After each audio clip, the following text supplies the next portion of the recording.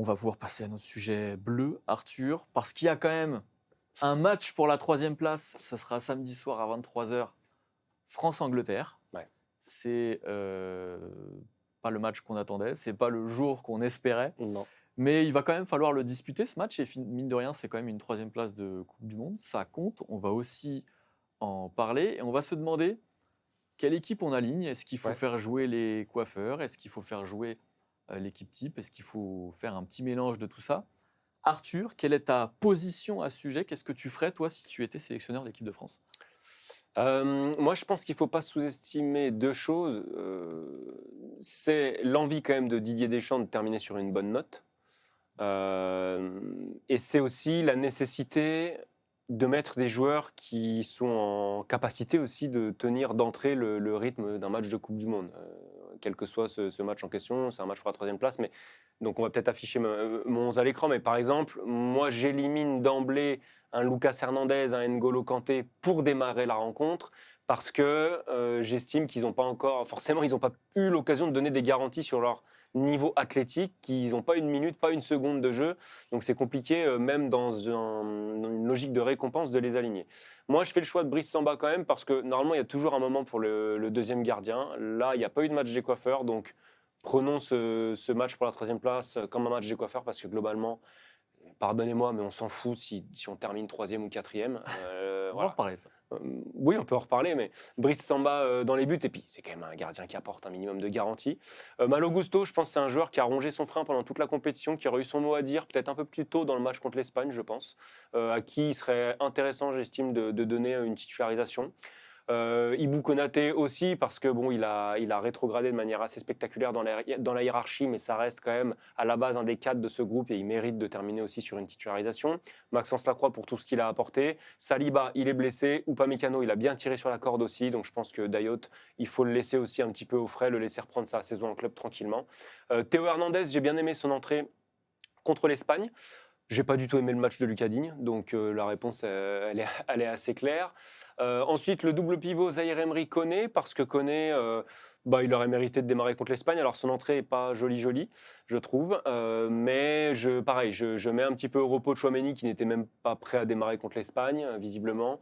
Je mets au repos Adrien Rabiot qui a beaucoup joué aussi, et évidemment je donne la chance qu'il mérite à Warren Zahir Emery qui lui, de par son entrée en jeu contre le Maroc, nous a prouvé qu'il avait tout à fait la caisse pour assumer ce genre de match.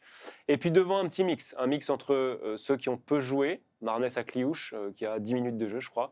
Ryan Cherki, qui ne s'est pas vraiment mis en évidence, mais là, c'est lui donner l'occasion, dans un contexte favorable, de se remettre un petit peu en évidence à Ryan Cherki. Et puis Bradley Barcola, plutôt que Désiré Doué, pour le côté variété des profils, parce que je reste quand même dans une idée d'avoir un 11 compétitif, c'est pas juste un 11 récompense.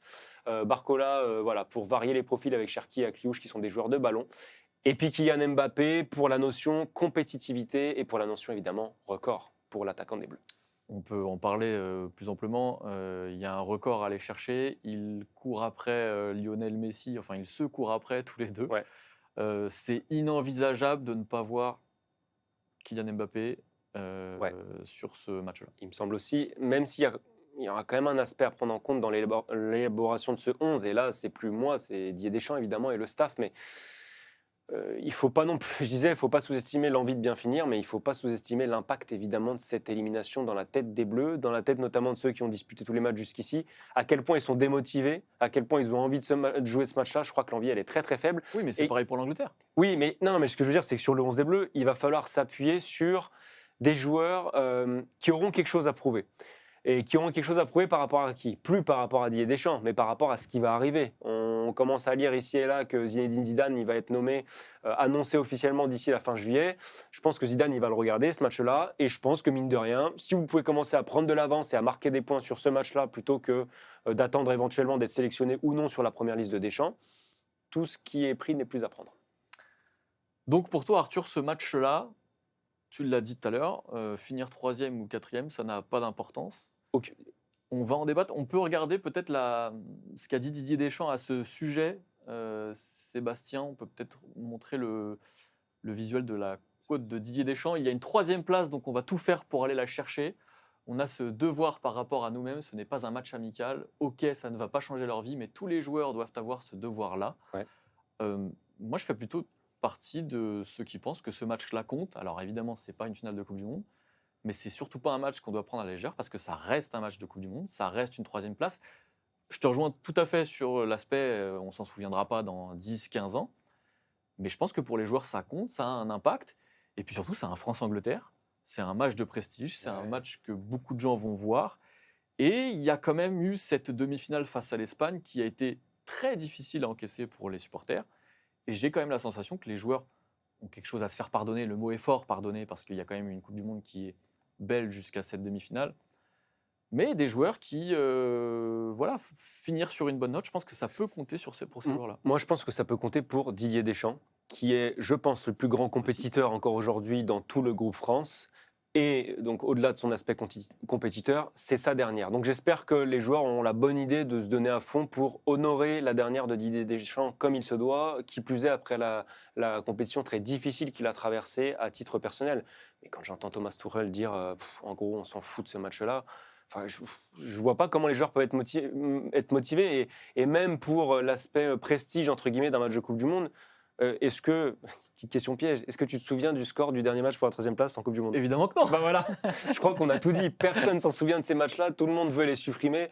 Donc je crois qu'à un moment, oui, puisque c'est là, puisqu'il faut quand même honorer le blason et ce beau maillot qu'est le maillot de l'équipe de France, il faut le jouer à fond, mais il faut prendre les joueurs qui sont le plus susceptibles d'avoir les intérêts personnels quelque part de le jouer à fond aussi. Bon, vous avez compris mon opinion. De toute façon, c'est pour ça que moi, mon 11 est un petit peu plus compétitif que le tien, Arthur. Moi, j'étais parti dans l'idée de mettre une sorte de 11 type en ménageant certains joueurs. Saliba, Saliba, c'est même pas le ménager, puisque de toute façon, il n'est pas en capacité de jouer ce match. Mais je mets Tchouaméni aussi, qui est à l'évidence pas à 100% de ses capacités physiques.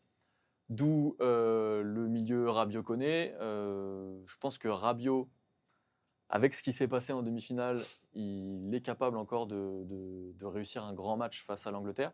C'est aussi pour ça que je mets Upamecano, qui pour moi est peut-être le meilleur défenseur de cette Coupe du Monde. Et je pense que pour être compétitif d'un point de vue défensif, il faut qu'Upamecano soit là. Pour les latéraux, c'est un petit peu différent. C'est un cas qu'on a beaucoup évoqué tout au long de la compétition. Il y a beaucoup moins d'écart entre Hernandez et Digne qu'entre d'autres joueurs au milieu ou en attaque.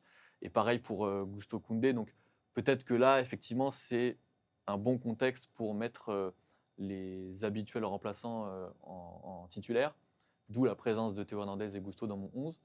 Et puis l'attaque, j'ai fait un mixte. Alors évidemment, Mbappé, il y a un record, il faut aller le chercher, donc il doit jouer. Olysée aussi, alors c'est pas un record qui a la même envergure, mais il peut devenir le meilleur passeur d'une Coupe du Monde. Le record, je crois que c'est Pelé en 70 avec 6 passes, si je dis pas de bêtises. Olysée est à 5, donc ça compte. C'est pas évidemment le classement des buteurs, mais ça compte. Et même pour lui, je pense que ça peut avoir un impact. Cherki, pour à peu près les mêmes raisons que toi, il n'a pas fait les entrées qu'on aurait aimé qu'il fasse, mais je pense que sur ce match-là, qui n'a pas l'importance qu'aurait eu une finale de Coupe du Monde, je pense qu'il est capable d'apporter des choses, il est capable de montrer l'étendue de sa palette et l'étendue de sa qualité technique. Et puis Barcola, c'est très simple, c'est une question de profil. J'ai plutôt bien aimé, moi, son début de demi à Bradley Barcola, pardon. Et je pense que face à l'Angleterre, son profil est plus intéressant que celui de Désiré Doué. Ouais, on n'a même pas évoqué, ça en dit long sur son statut dans le groupe, mais Marcus Thuram.